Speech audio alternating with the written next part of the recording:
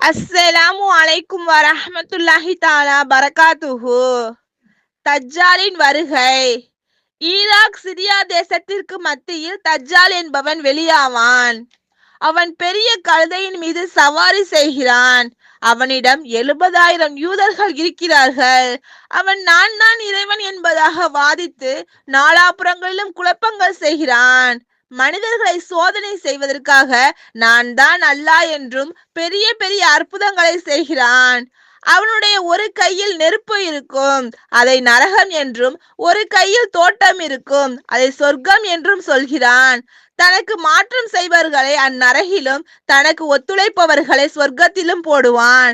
வெளிப்பார்வைக்கு அவ்வாறு இருந்திட்டாலும் நெருப்பு உண்மை விஷயத்தில் சொர்க்கத்தை போன்றும் அஸ்வர்க்கம் நெருப்பை போன்றிருக்கும். அவனிடம் உணவிற்காக சிறந்த ஏற்பாடுகள் செய்யப்பட்டிருக்கும். அவன் நாடியவர்களுக்கு கொடுப்பான். மரங்கள் அதிக பழங்களையும் தரும். அவனுக்கு மாறு செய்தவர்களுக்கு உணவுப் பொருட்கள் எல்லாம் தடை செய்யப்பட்டு அதிக சிரமங்களை கொடுப்பான்.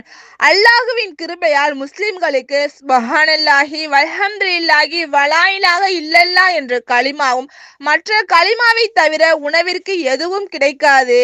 இன்னும் அவன் மெஸ்மரிசம் கைவந்தவனை போல் தனது இறைத்தன்மையை உறுதி செய்வதற்காக இறந்துவிட்ட அவர்களின் தாய் தந்தையரை உயிர்ப்பிப்பான்.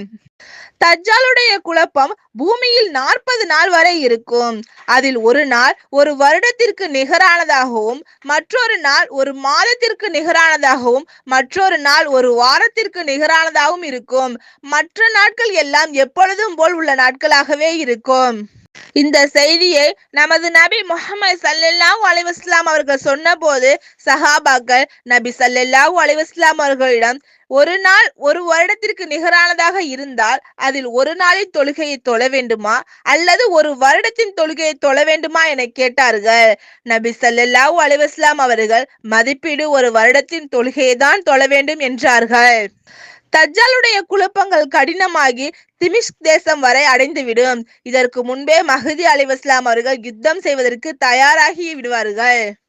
இது போன்ற ஹதீஸ்களை நீங்க கேட்கணுமா? அப்ப எங்களோட சேனலை சப்ஸ்கிரைப் பண்ணிக்கோங்க. அஸ்ஸலாமு அலைக்கும் வரஹ்மத்துல்லாஹி தஆலா பரகாத்துஹு.